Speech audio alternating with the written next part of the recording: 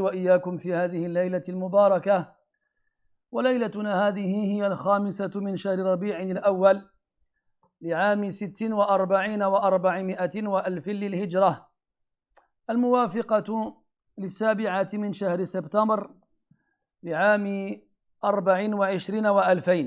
كعادتنا في ليالي الأحد ننشر المصحف بين أيدينا لتلاوة كلام ربنا ومدارسته فيما بيننا، وما زلنا بصدد الحديث عن سورة الواقعة التي وصلنا فيها إلى قوله تبارك وتعالى: إنا أنشأناهن إنشاء، في معرض ذكر ما أعد الله تبارك وتعالى من النعيم لأهل الجنة، وعلى وجه الخصوص أصحاب اليمين.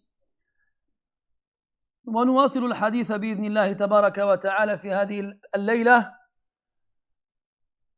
فيما يتعلق بالآيات التاليات بمن الله تبارك وبتوفيق الله تبارك وتعالى وعونه وتسديده، إنه جواد كريم. Mes très chers frères, nous nous retrouvons dans cette 5e nuit du mois de Rabi' al-Awwal de l'an 1446, c'est-à-dire le 7 septembre 2024. Comme chaque samedi soir, la raison de notre réunion ici à la mosquée est la lecture et l'étude de la parole d'Allah subhanahu wa ta'ala. Ça fait maintenant quelques séances que nous lisons et étudions ensemble le chapitre coranique intitulé Al-Waqi'ah, c'est-à-dire l'inéluctable, celle qui arrivera obligatoirement, c'est-à-dire le jour de la résurrection. Et nous nous sommes arrêtés lors de notre dernière séance au 35e verset de cette surah, dans lequel Allah tabaraka wa ta'ala dit: Inna ansha'nahunna insha'a. Certes, nous les avons créés d'une création. Traduction relative et rapprochée. Et ce verset vient dans une série de versets dans lesquels Allah tabaraka wa ta'ala nous parle de certaines choses qu'il a préparées pour les gens de la droite, un des groupes promis au paradis. Il a donc évoqué certaines choses, et avant ce verset-là, nous nous sommes arrêtés sur le précédent, wa furushim marfu'ah, et des lits élevés. Et on avait dit que ces lits-là étaient soit des lits, donc des endroits sur lesquels les gens du paradis s'allongeront et se reposeront, ou bien ça faisait référence indirectement aux femmes. Puis Allah Ta'ala dit: Inna ansha'nahunna insha'a. Inna, certes nous, ansha'nahunna, ansha'a, awjada, khalaqa, fatara, abda'a, et ainsi de suite. Tous ces verbes-là ont un sens commun, c'est créer, produire, faire exister. Et on avait vu la semaine dernière qu'il y a ici un pronom, c'est hun dans le verset. Inna ansha'nahunna insha'a. Vous coupez? C'est bon?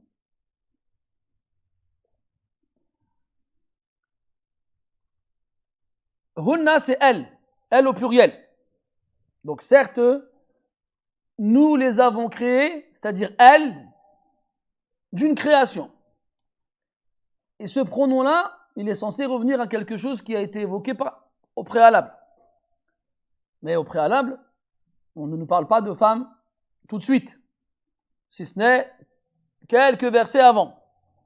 Et la règle, c'est que le pronom, il est censé suivre le nom auquel il est rattaché, mais proche, pas lointain. Alors, certains savants ont dit que ça appuyait et confirmait le sens donné au furush, les lits, comme quoi on vise les femmes, les épouses des gens de la droite, des gens du paradis. Puis Allah, il a dit: Inna ansha'nahunna insha'a. Donc on les a créés d'une création. On est d'accord qu'en français c'est un pléonasme, une redondance, et ce n'est pas une façon correcte de s'exprimer. Mais en arabe, ça l'est. C'est pour attirer notre attention sur le fait que cette création, elle est spéciale, elle est particulière, elle est à part. Inna ansha'nahunna insha'a. nous les avons créés d'une création, une création particulière, une création spéciale. Et donc ici, on a la divergence des savants. Est-ce qu'il s'agit des femmes du paradis, al-hurul 'ain, ces femmes qui ont été créées au paradis, sans père ni mère, des femmes spéciales avec des attributs spéciaux, desquels on a parlé dans le verset précédent, wa hurun 'ain, mais ce verset était dans la partie réservée à al-muqarrabin. Donc est-ce qu'il s'agit des mêmes femmes? Ou bien est-ce qu'il s'agit d'autres femmes? Et nous on sait qu'au paradis il y a deux types de femmes.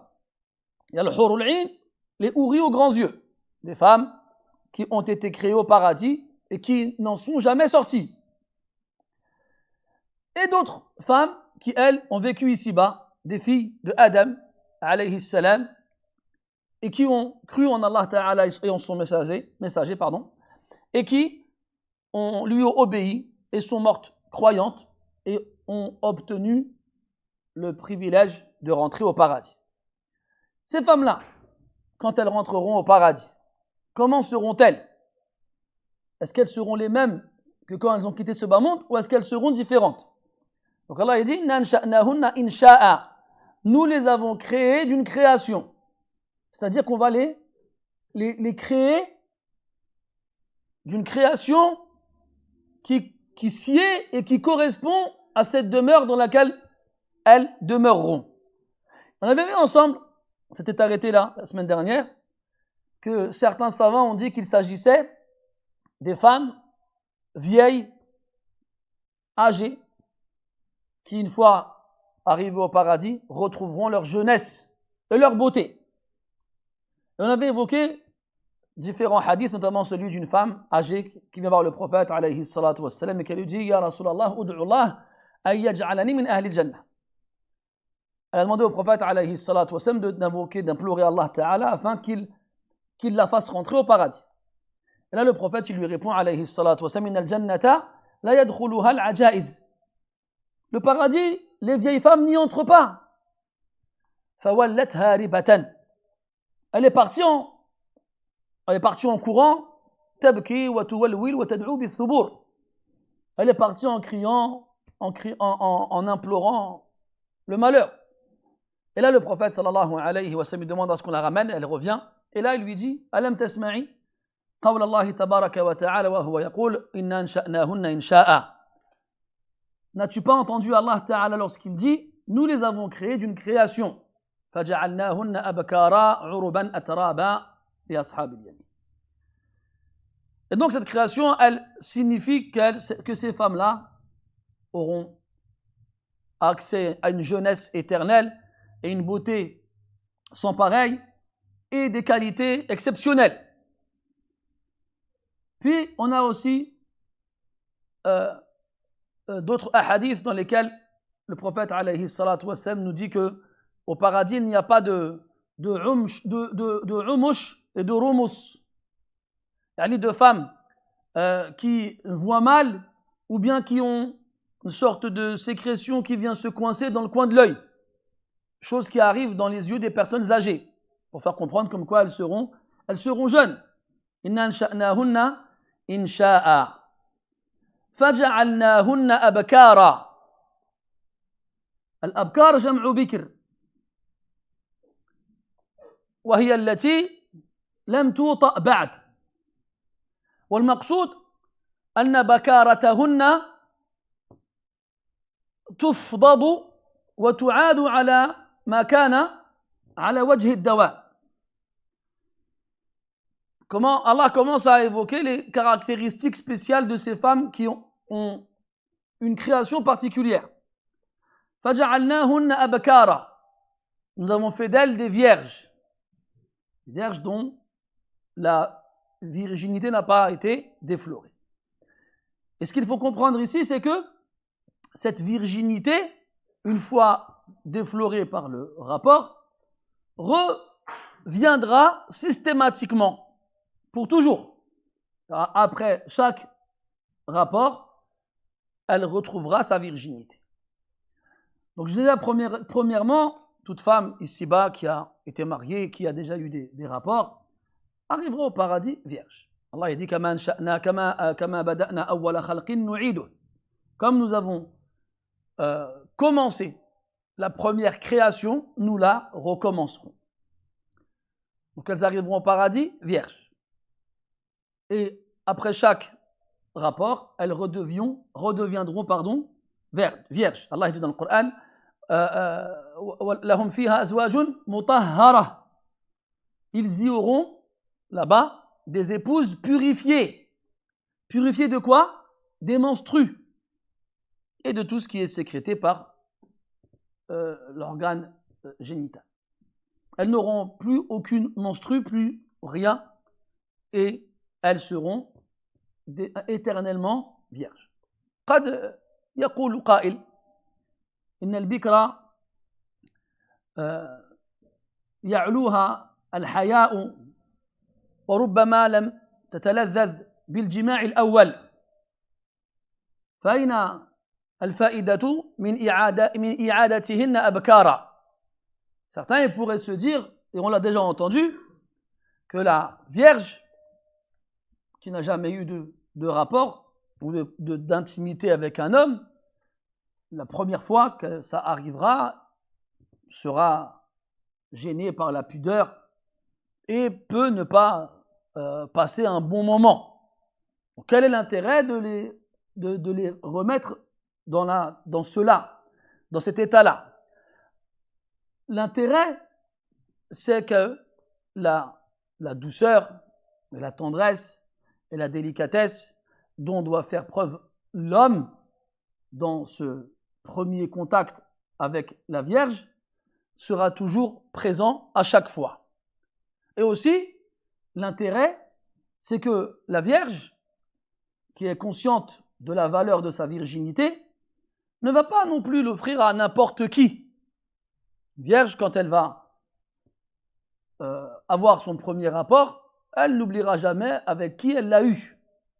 Quand bien même elle aurait eu des maris par la suite.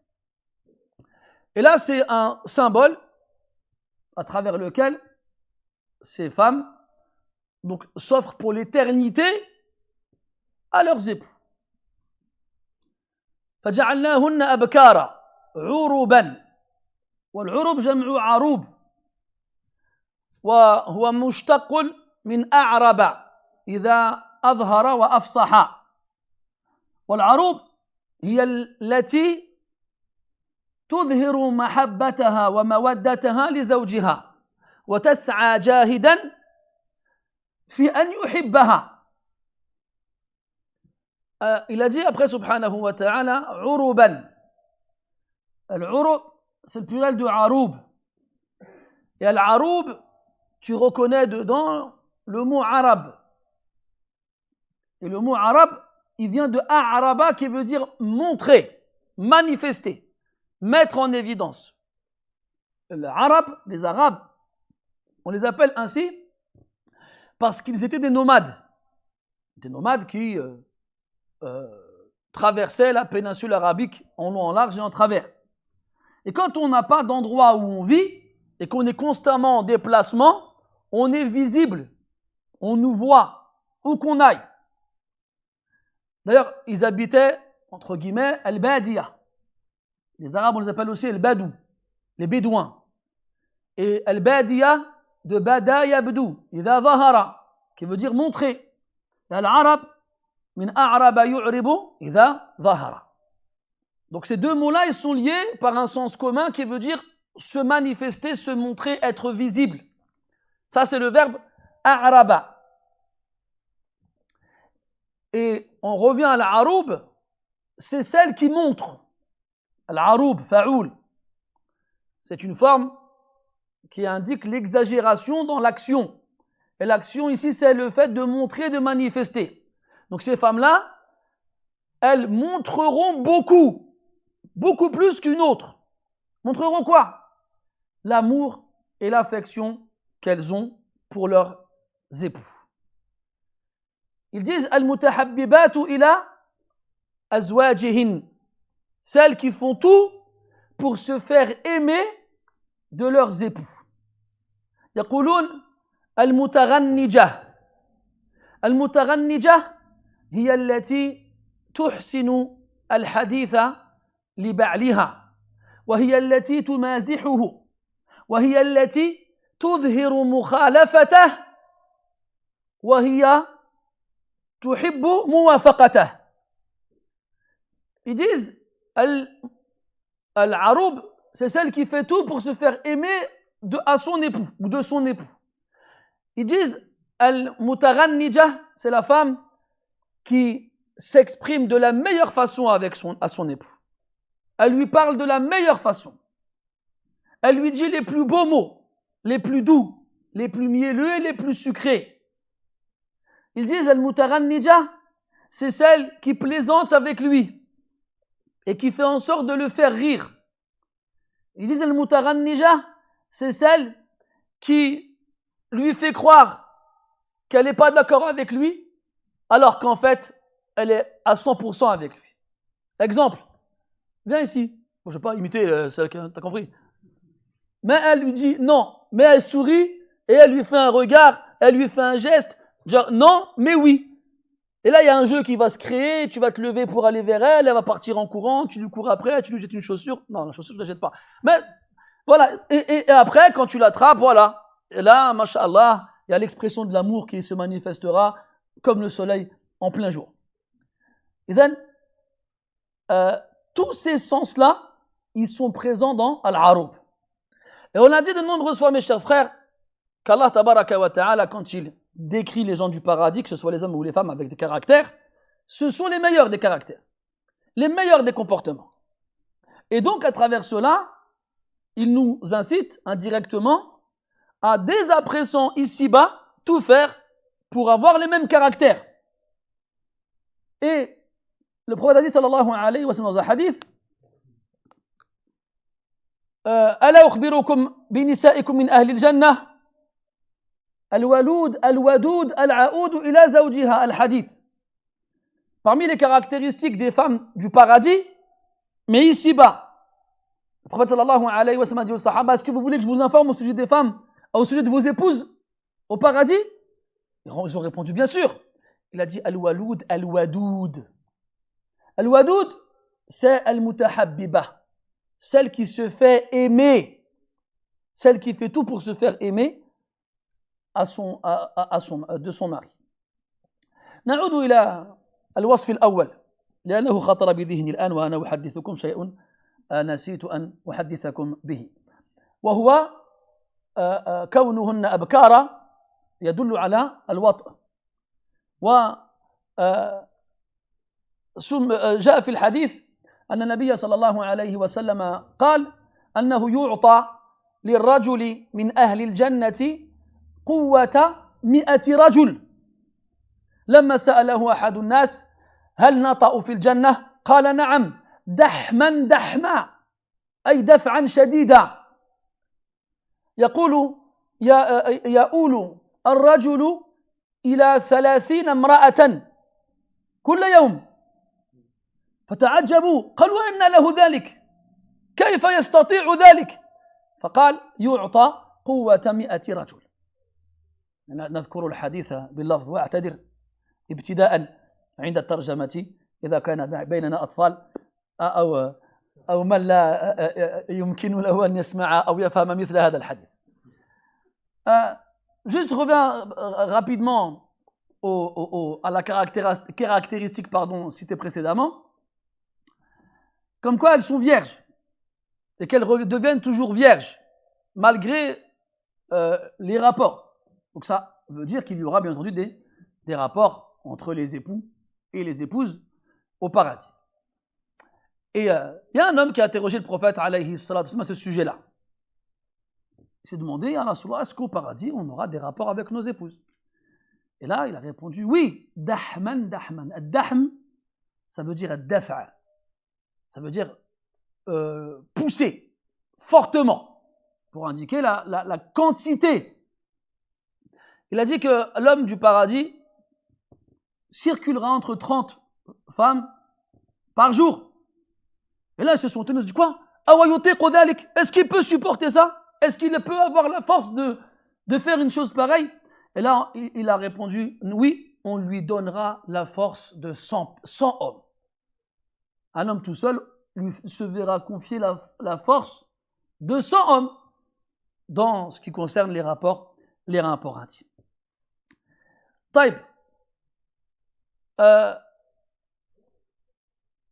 Uruban, on a dit Uruban, la femme qui se fait aimer de son mari et qui fait tout pour que son mari il l'aime. Parce que nous aujourd'hui, la mentalité contemporaine, qu'est-ce qu'elle apprend aux gens? Sors avec quelqu'un, aime-le, et après marie-toi avec. C'est ça que les gens y font. D'ailleurs, on a beaucoup de gens, qu'est-ce qu'ils font?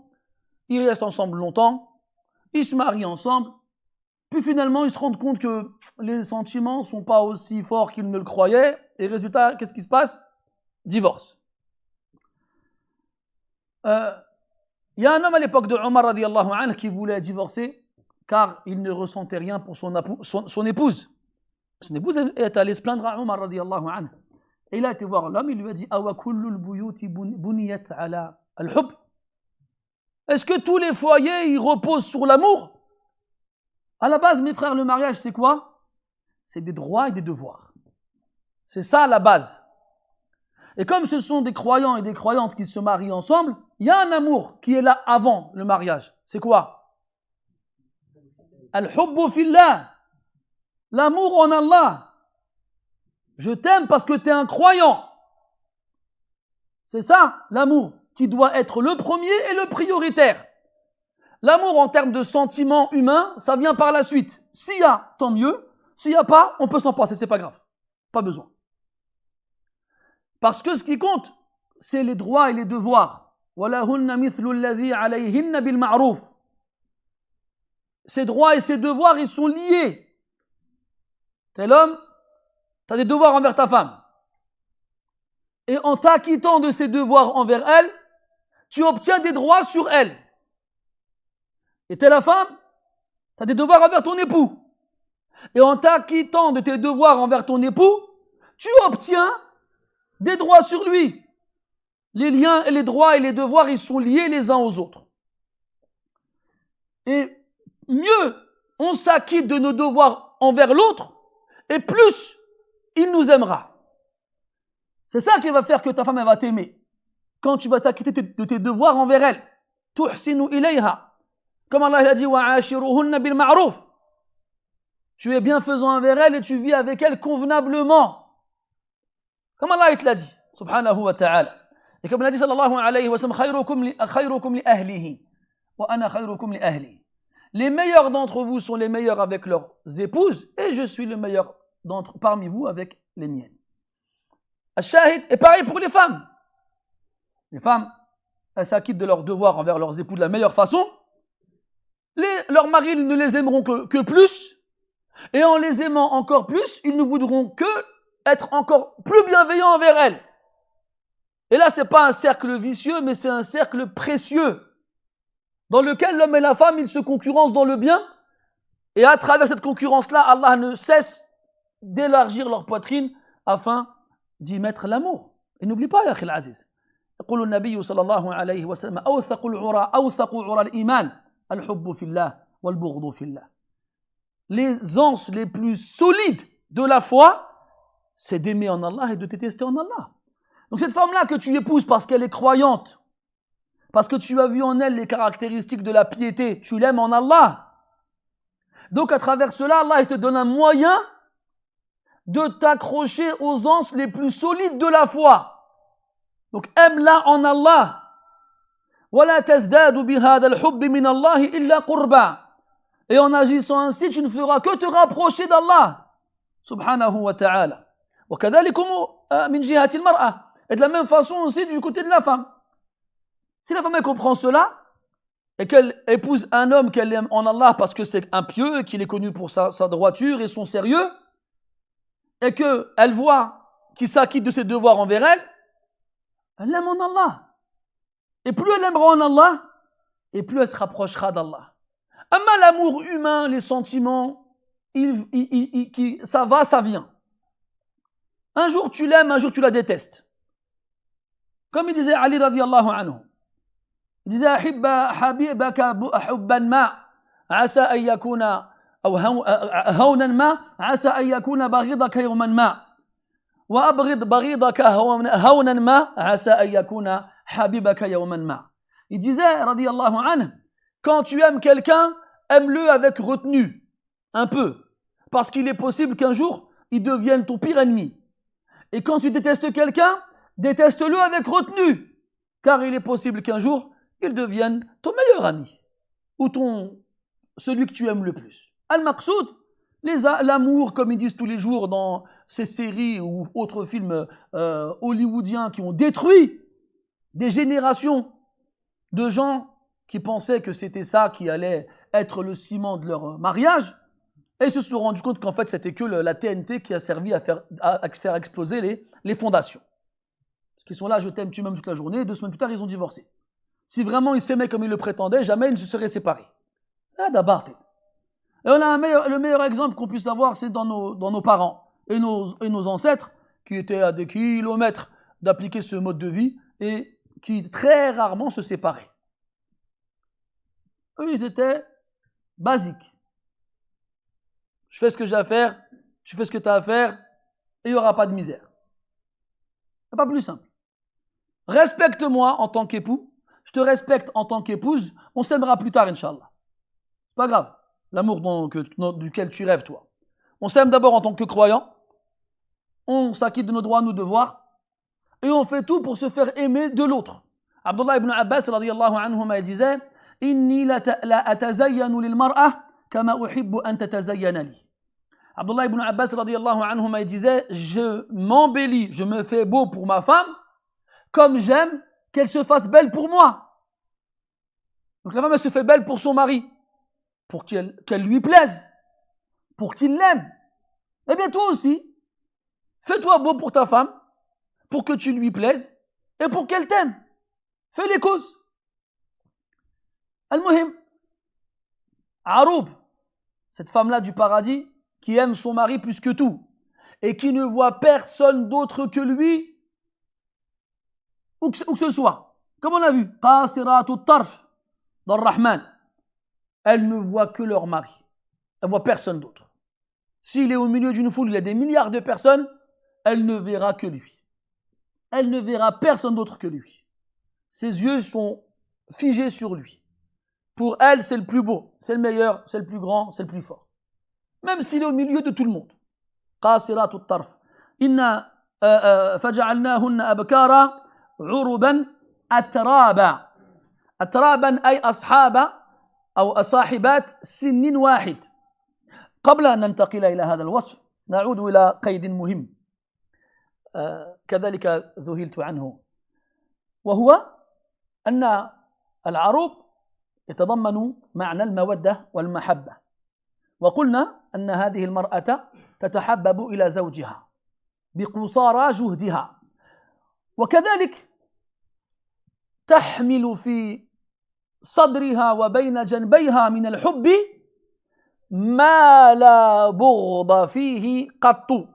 والمقصود أنها ليست واحدة، ومعها من الزوجات لزوجها الكثير والكثير، ومع ذلك لا تحمل تجاه إحداهن شيئا من الحقد أو الحسد أو البغض أو ما أشبه ذلك، خلافا لما كانت نساء الدنيا في هذه الدار فيما بينهن، حتى سمتها العرب الضرائر لما يحملن من الضرر بعضهن على بعض. Aussi, dans l'Aroub, on a parlé d'amour, de tendresse, d'affection. Et quand on parle d'amour, on parle d'absence, de haine et d'aversion. Et on a dit que cet amour-là, il était strictement réservé à l'époux. Mais en vrai, pas que. Pourquoi ? Parce que la présence de l'amour exclut la présence de son opposé, c'est-à-dire la haine.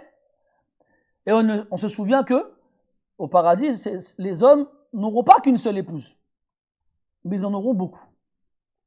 Et on sait que, ici-bas, il était une fois une contrée féerique et imaginaire dans laquelle les hommes avaient plusieurs épouses. Et dans ce monde magique et enchanté, qui n'existe plus aujourd'hui, eh bien, lorsqu'un homme avait plusieurs épouses, eh bien, ces femmes-là, généralement, ne se supportaient pas et ne s'appréciaient pas les unes les autres. Vous savez en arabe comment on appelle les co-épouses? Ad-dara'ir. Et dans le mot dara'ir, on a le mot darar. Et ad-darar, c'est la nuisance. Et on a appelé les co-épouses en référence à ce mot-là, de par le fait qu'elles se nuisent les unes les autres. Il y a même des poèmes qui ont été écrits sur des hommes qui se sont mariés avec deux femmes en recherchant le bonheur. Tout ce qu'ils ont trouvé, c'est des migraines et des problèmes. Il y en avait un qui disait « Tazawwajtu thnatayni » il disait quoi? « Tazawwajtu thnatayni abri bihima nasit faya laytani lam atazawwaju » Il avait dit dans le sens, je me souviens plus du bait, j'en ai épousé deux à la recherche du bonheur, si seulement je ne m'étais pas marié.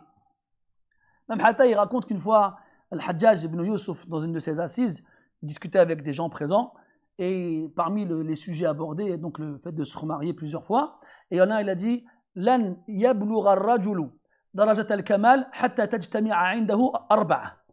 Il a dit un homme n'atteindra jamais le degré de la perfection tant qu'il n'aura pas réuni 4 épouses. Et dans l'assise, il y avait un homme qui était présent et qui écoutait. Ses oreilles, elles se sont tendues. Ah bon? Qu'est-ce qu'il a fait? Il est parti. Il a réuni tous ses biens, il les a vendus. Et il est parti épouser 4 femmes. Donc l'argent pour payer la dot. Mais malheureusement, il a pas eu de chance. Il y en a une. Elle avait, comment on dit ça? Elle avait un comportement d'homme. Il y en a une, elle comprenait rien. Il y en a une, elle était laide. Et la dernière, elle était désobéissante. Et là, pareil, il arrive quelques temps plus tard chez le Hajjaj et il demande la permission à prendre la parole. Il lui dit, vas-y. Il lui dit, je t'ai écouté, je t'ai fait confiance.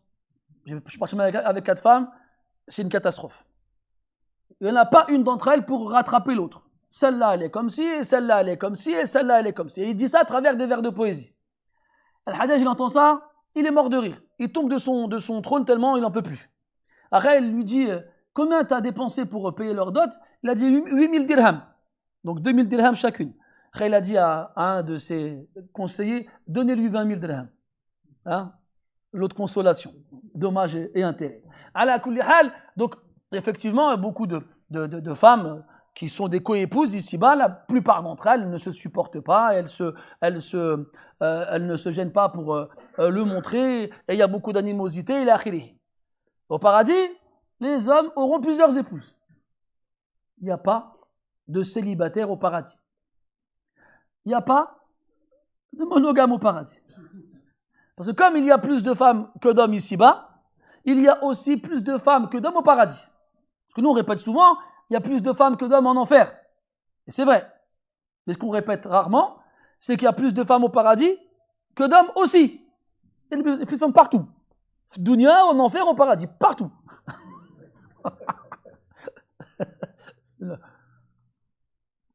Et then, au paradis, il y aura énormément de femmes. Beaucoup plus que d'hommes. C'est pour ça que les hommes auront beaucoup d'épouses là-bas. Sans compter les femmes du paradis, bien entendu. Chose différente. Je voulais dire. Al-Maqsoud, quand il dit Uruban, ce sont des femmes qui ne portent en elles absolument aucune animosité, aucune haine, aucune rancune, aucune rancœur, rien, aucune jalousie, aucun sentiment négatif. Donc même entre épouses, elles s'aimeront et s'entendront et s'apprécieront et ainsi de suite.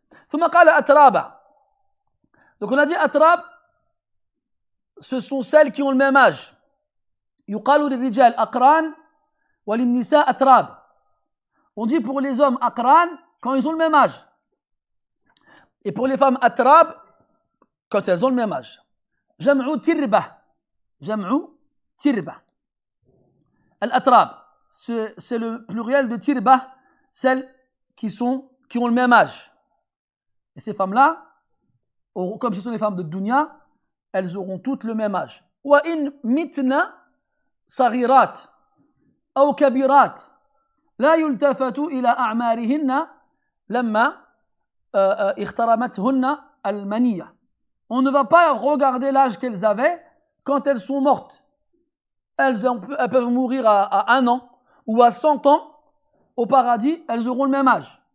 Quel âge elles auront? Elles auront 33 ans. C'est l'âge, comme il dit Ibn al-Qayyim, quwwatu shubbani. C'est l'âge de la jeunesse où la jeunesse est la plus forte. L'âge de la jeunesse où la vie est la plus présente et la plus visible dans le corps. وقيل التراب أي أنواع وأشكال. Il a été dit التراب يعني de plein de formes différentes et de plein de couleurs différentes. Donc ce ne sera pas des clones, toutes les mêmes. Il y aura des femmes avec des corpulences différentes, avec des couleurs différentes. Il a akhiri. Et un frère, il est venu voir la semaine dernière. Il m'a dit qu'il avait un ami qui n'osait pas venir me voir pour me poser la question. C'est un de nos frères africains. Et il ne comprenait pas pourquoi, quand Allah il parle des gens du paradis, il dit les blancs. Et il demandait est-ce que les noirs au paradis, ils seraient plus noirs? Je dis non. Quand on parle de blancheur ici, c'est la blancheur qui émane de la lumière qu'Allah donnera aux croyants. Qu'est-ce qu'Allah dit dans le Coran? Il dit que les gens du paradis, et le jour de la résurrection, les croyants, Allah leur donnera une lumière. Et cette blancheur qui émanera de leur visage viendra de leur lumière. La preuve, c'est quoi? C'est qu'Allah il dit que les gens de l'enfer, ils auront les visages noirs. Est-ce que ça veut dire que les blancs ici-bas, en enfer, ils seront noirs? Non. C'est dû à l'absence de lumière. Pas à un changement de couleur. Il me dit d'accord, mais au paradis, les femmes, elles sont blanches aussi. Je dis oui, les versets, ils disent ça. Mais encore une fois, c'est une image en référence à leur couleur. À leur lumière. Maintenant, nous, ce qu'on doit retenir, c'est que au paradis, lahum fiha ma yasha'un. Ils y auront ce qu'ils voudront. Et comme on l'a vu de nombreuses fois, Allah Ta'ala, il parle, notamment aux Arabes en premier, par rapport à leurs critères de beauté, ou à leurs critères de ce qu'ils considèrent comme étant le mieux. On a parlé quoi? De fleuves qui coulent partout, d'arbres, de jardins, parce que dans leur conception de ce qu'il y a de mieux, c'est ça qu'ils voyaient. Pourquoi? Parce que c'est des gens qui vivent dans le désert. Ensuite, dans les critères de beauté, on le sait aussi, chez les hommes, ça varie. Il y en a qui préfèrent les petites, il y en a qui préfèrent les grandes, il y en a qui préfèrent les maigres, il y en a qui préfèrent les rondes, il y en a qui préfèrent les blanches, il y en a qui préfèrent les noires, il y a de tout. Et Allah Tabaraka wa Ta'ala, dans le Coran, justement, il nous rappelle qu'il nous a créé de couleurs différentes et qu'il a fait de ces couleurs différentes un signe de sa puissance. Il a dit quoi, subhanahu wa ta'ala? Alam tara anna Allah anzala min as-sama'i ma'an fa akhrajna bihi thamaratin mukhtalifan alwanuha. N'as-tu pas vu que nous avons fait descendre du ciel une eau avec laquelle nous avons fait sortir des fruits de couleurs différentes? ومن الجبال جدد بيض وحمر ومختلف ألوانها وغرابيب سود. Et dans les montagnes, il y a aussi des sentiers, des chemins naturellement tracés, noirs, rouges et blancs. Donc il nous dit qu'il y a des couleurs différentes dans les fruits, les légumes, des couleurs différentes même dans la terre. Et après il dit quoi? ومن الناس والدواب والأنعام مختلف ألوانه كذلك. Et parmi les gens et les animaux et les bestiaux, des couleurs différentes aussi. Après, il dit إنما يخشى الله من عباده العلماء. Certes, ceux qui craignent vraiment Allah parmi ses créatures, ce sont les savants, ceux qui voient ces choses-là et qui comprennent à travers cela qu'Allah Tabaraka wa Ta'ala, c'est lui le créateur. L'autre verset où il dit subhanahu wa ta'ala وَمِنْ آيَاتِهِ خَلْقُ السَّمَاوَاتِ وَالْأَرْضِ وَاخْتِلَافُ أَلْسِنَتِكُمْ وَأَلْوَانِكُمْ. Et parmi ces signes, la création des cieux et de la terre et la divergence de vos langues et de vos couleurs. C'est des signes, ça. Inna fi dhalika la ayatin liqawmin ya'qilun. Il y a en cela certes des signes pour ceux qui raisonnent. Donc si Allah tabaraka wa ta'ala, il nous a créés comme ça, avec des couleurs différentes, afin que l'on voit à travers cela sa puissance dans la création, et que dans tout cela il y a la beauté et la perfection de sa création. Et il n'a jamais été dit que les noirs au paradis seraient plus noirs, et que les blancs en enfer ils seraient plus blancs. Là. Après pour les femmes, كذلك. تفضل أخي. Pour les femmes كذلك. تفضل. يعني لا يمنع من أن يشتهي الرجل امرأة ذات لون أسمر أو أسود أو أصفر أو ما يشاء فيحقق الله تعالى أمنيته. هذا هو الأصل. Il n'y a rien qui empêche à ce qu'un homme il veuille une femme au paradis, blanche ou noire ou jaune ou ce que tu veux. Et imagine quelqu'un dit je veux une femme bleue. Oui, il demande quelque chose, Allah il lui donne. C'est la base. Tu veux quelque chose, Allah Ta'ala, il te le donne. Mes frères, faites attention à cette campagne qui a pour but de nous diviser. Vous savez, l'islam, il n'est pas arrivé en Afrique l'année dernière. Hein. Ça fait des siècles qu'il est en Afrique, walhamdulillah. Et pendant des générations, on a des musulmans dans les pays d'Afrique centrale, du Sénégal jusqu'en Tanzanie, musulmans de père en fils, où ils ont appris le Coran et la langue arabe, et c'était même des savants dans l'islam. Et il n'y a jamais personne qui s'est plaint de quelque chose en rapport avec cela. Et ces gens-là connaissaient l'islam mieux que toi et moi. Ils n'ont pas eu besoin d'aller sur Twitter ou ailleurs sur Internet pour voir quelqu'un qui dit « Ouais, les Arabes, ils vous ont fait ci, ils vous ont fait ça, ils vous ont imposé leur religion. » Et lui, il te dit ça, il est chrétien. Ah, t'étais chrétien, toi, en Tanzanie? Je crois pas, non. Donc, faites attention, mes frères, à ces paroles-là qui n'ont pour but que de nous diviser. Ces shayatines, ces diables, qui ont trouvé qu'il y avait certaines personnes sensibles à un certain discours et qui s'en servent pour dissuader les gens de suivre la religion de leur père et de leur grand-père et ainsi de suite. Et ce discours, on peut aussi l'avoir envers les berbères. Qu'on entend les berbères aujourd'hui, nous, n'est pas des arabes, et de toute façon, nos parents n'étaient pas musulmans, et de toute façon... Oh, calme-toi, mon frère. Arrêtez ces choses-là. Vous avez vraiment besoin que des koufars ils viennent vous dire à vous, vous n'étiez pas des musulmans avant.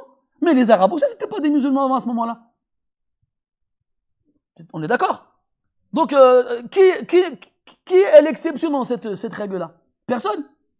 Personne, un peuple n'a jamais été musulman depuis toujours. L'islam est venu, puis ils l'ont accepté, puis ils l'ont appliqué, et leur descendance l'ont appliqué par la suite. Et alhamdulillah, tu vas aujourd'hui encore au Haram al-Makki ou al-Madani, tu vas t'asseoir devant des ulama, c'est des Africains. Trouve-moi une religion fi dunya, toi. Où un Africain, il vient dans un pays où il n'y a aucun Africain, il s'assoit sur une chaise devant tout le monde, et les gens, ils l'écoutent. Va m'en trouver, toi, va. Les seuls qui ont donné aux humains, quelle que soit leur origine ou leur couleur, une valeur, parce qu'ils sont de la même religion, c'est les musulmans. Ne crois pas, toi, que dans les autres religions, quand des noirs ils se convertissaient, on leur donnait une valeur. Ne crois pas à ces choses-là.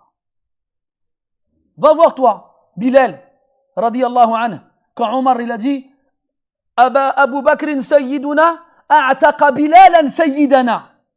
Va, toi, voir. Quand Omar il a dit qu'Abu Bakr, notre maître, a libéré Bilal, notre maître. Il n'a pas fait de différence entre eux. Qui est monté sur la Kaaba pour faire l'adhan le jour de la conquête de Mecca? C'est un arabe? Non, c'est Bilal. Qui est le premier à avoir levé sa voix avec l'adhan à Médine? C'est un arabe? Non, c'est Bilal. Qui est devant le prophète quand il va rentrer au paradis? C'est un arabe? Non, c'est Bilal. Il dit, qu'est-ce que t'as fait? J'ai entendu le bruit de tes sandales devant moi au paradis. Il a dit ça à Bilal radiyallahu anhu. Il y a des gens qui sont venus voir le prophète, une tribu arabe réputée et noble. Il a dit, ya Rasulallah, on a une fille. On veut la marier, tu nous conseilles qui? Il leur a dit, Aina antum min Bilal. Vous êtes où, vous, par rapport à Bilal? Ils ont contourné l'allusion. Ils lui ont dit, mais un autre, il leur a dit, Aina antum min Bilal. Il a répété une deuxième fois. Ils l'ont marié à Bilal. Eh, wallah, mes frères, c'est ces choses-là qu'il faut voir. Regarde pas les Marocains ou les Algériens ou les Tunisiens, regarde pas nous, ne nous regarde pas. Regarde ce que l'islam, il a fait. Pas ce que les musulmans, ils ont fait. Il y avait un Espagnol, il s'est converti à l'islam, il était chrétien. Il est parti s'installer dans un pays arabe, hein, je vous rassure, toujours les mêmes. Et il a regardé les Arabes et dit, oh là là, il y a cette phrase-là qui est devenue une punchline. Alhamdulillahi alladhi arrafani ala l'islam qabla an yu'arrifani ala al-muslimin.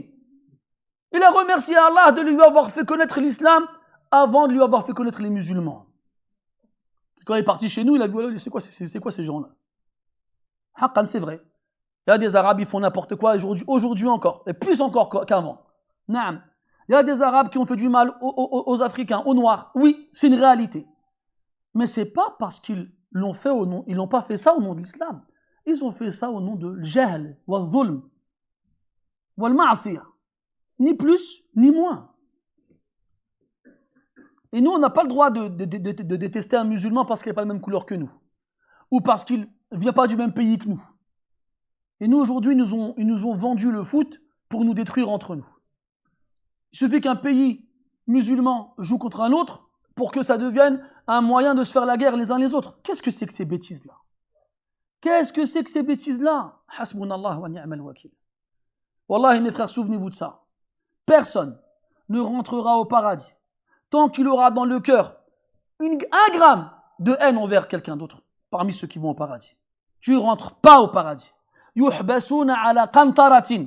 Il y aura un petit pont avant d'arriver au paradis, après avoir traversé le grand. Les gens, ils seront stoppés, bloqués. Ils ne pourront pas aller plus loin tant qu'ils ne se seront pas débarrassés de la rancune qu'ils ont envers les autres. Tu ne peux pas rentrer au paradis avec cette rancune-là. Tu ne peux pas. Et si tu veux faire partie des premiers à rentrer au paradis, pas à partir de maintenant, ne porte aucune once de haine envers quiconque parmi tes frères. Qu'il soit arabe ou non. La farqa bayna arabiyyin wa la ajamiyyin illa bittaqwa. Il n'y a pas de différence entre un arabe et quelqu'un qui n'en est pas, si ce n'est par la piété. C'est la seule chose. C'est la seule chose qui peut nous différencier. Pas ton origine, pas la couleur de ta peau, pas ta langue, mais ta piété. Et souviens-toi, ya Akhil Aziz, de cette sourate dans le Coran qui porte le nom d'un homme qui n'est ni un prophète ni un messager, qui n'est ni un arabe ni un noble. C'était un esclave noir éthiopien. C'est qui? C'est Luqman. Allah tabaraka wa ta'ala, il a nommé une sourate dans le Coran du nom d'un homme qui n'était pas un prophète ni un messager, qui n'était pas un arabe ni un noble, un esclave éthiopien. Pourquoi? Pour sa sagesse et sa piété. وَلَقَدْ آتَيْنَا لُقْمَانَ الْحِكْمَةَ أَنِ اشْكُرْ لِلَّهِ. On a certes donné à Luqman la sagesse. Tu veux qu'Allah y t'honore? Alors fais preuve de sagesse.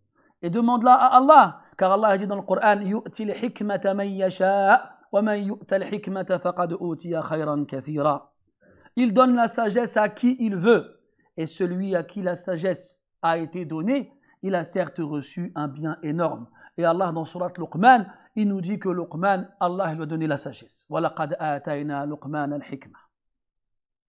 Va toi dire, moi je suis un arabe noble et Allah m'a donné la hikmah. Ah ouais, il est ton nom dans le Coran. Tabbat yada Abi Lahabin. Il est ton nom dans le Coran, je le vois pas en tout cas moi. Moi j'ai vu Luqman. Citons ensemble mes frères les sourates du Coran qui ont un nom. La première, c'est Yunus, c'est un prophète. Puis on a Houd, puis on a Yusuf, puis on a Ibrahim. Après on a quoi?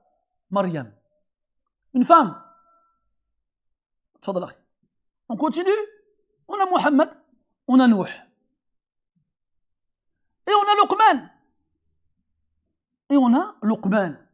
Ça veut dire qu'on a que des prophètes, une femme et un esclave. Tu vois? Rien que réfléchis, ne serait-ce que les noms du Coran, des sourates du Coran, les noms propres. Luqman. Et toi tu viens après, tu me dis, l'islam il a méprisé les noirs. Subhanallah. Trouve-moi une religion qui a honoré les noirs comme l'islam. Trouve-moi une. Connaissez-vous Ata ibn Abi Rabah et Masrouq et Makhoul et d'autres savants chez les salafs? C'était des esclaves qui ont été affranchis et qui faisaient la fatwa à Mecca pendant le Hajj.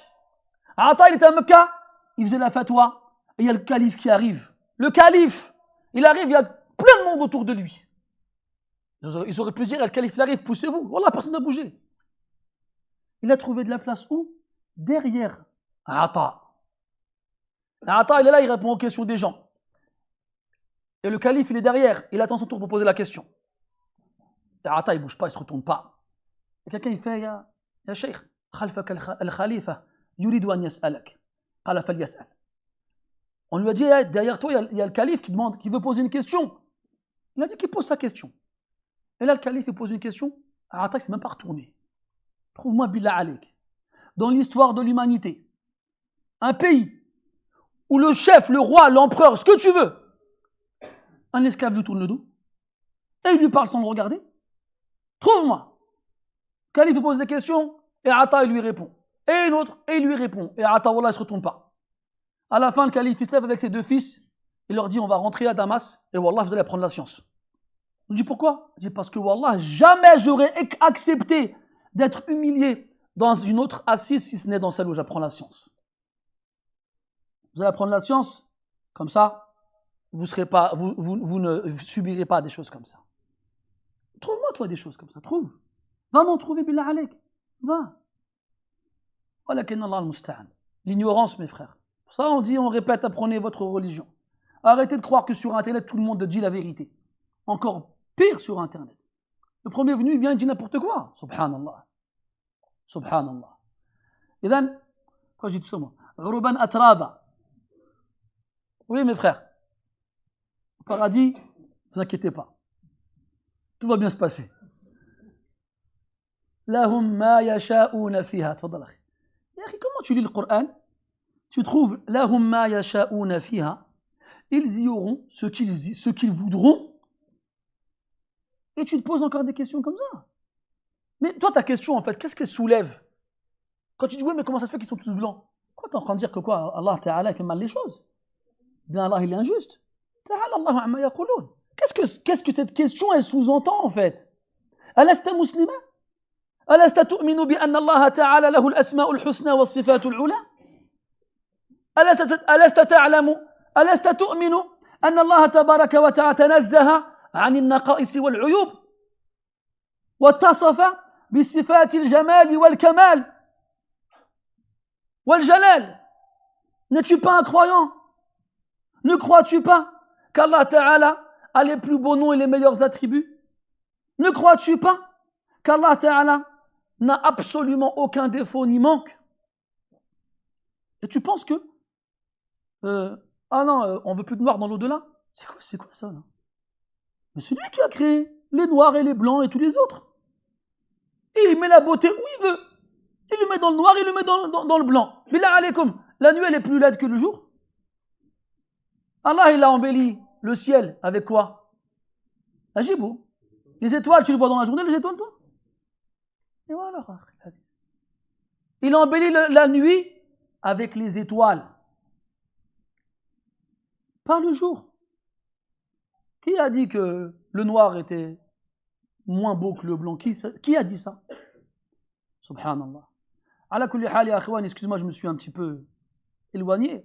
Voilà que ça, c'est des sujets qui sont importants. Que ce soit les noirs, ou que ce soit les berbères, ou que ce soit les turcs, ou que ce soit ce que vous voulez. Ne laissez pas les shayatines vous avoir. فجاء صلى الله عليه وسلم إن الشيطان أيس أن يعبد في جزيرة العرب. Le diable est désespéré d'être adoré dans la péninsule arabique. Par contre, il y a une chose qu'il n'a pas désespéré, c'est de semer la zizanie entre vous, de vous séparer les uns les autres. Et quand Allah dit dans le Coran, il cherche à séparer l'homme de son collègue. La traduction basique, c'est l'épouse, mais en vrai, zawj, c'est celui avec qui tu fais une paire. Et tu fais une paire avec celui qui est comme toi. Et moi, mon frère africain, ou mon frère asiatique, ou mon frère australien, c'est mon frère, il est comme moi. Il n'y a pas de différence. Je ne regarde pas l'âge, je ne regarde pas la couleur, je ne regarde pas l'origine. Je regarde le fait que lui et moi on dise la ilaha illallah. Ni plus ni moins. Quand je dis je ne parle pas de moi, je parle de ce que le musulman il est censé dire. Et le reste, ça n'a pas d'importance. Alors quand on a des abrutis, et je pèse mes mots parce que je suis à la mosquée dans les Arabes, qui insultent les Noirs, ça c'est des abrutis. C'est pas des gens qui parlent au nom de l'islam. Hein? Ala innahum humus sufaha, walakin la ya'lamun. فنسأل الله أن يجمع بين قلوبنا وألا يفرق شملنا وأن يجعلنا إخوانا متحابين متآلفين وألا يجعل للشيطان علينا سلطانا ولا سبيلا. نسأل الله تبارك وتعالى كما جمعنا في هذا المسجد الكريم في هذه الليلة المباركة على طاعته وتلاوة كتابه أن يجمعنا في الآخرة في أعلى فراديس الجنان وأن يجعلنا إخوانا على سرر متقابلين الذين نزعنا من صدورهم ما فيها من غل. اللهم صل وسلم وبارك على عبدك ورسولك محمد وعلى آله وأصحابه أجمعين. سبحانك اللهم وبحمدك نشهد أن لا إله إلا أنت نستغفرك ونتوب إليك والحمد لله رب العالمين وبارك الله فيكم.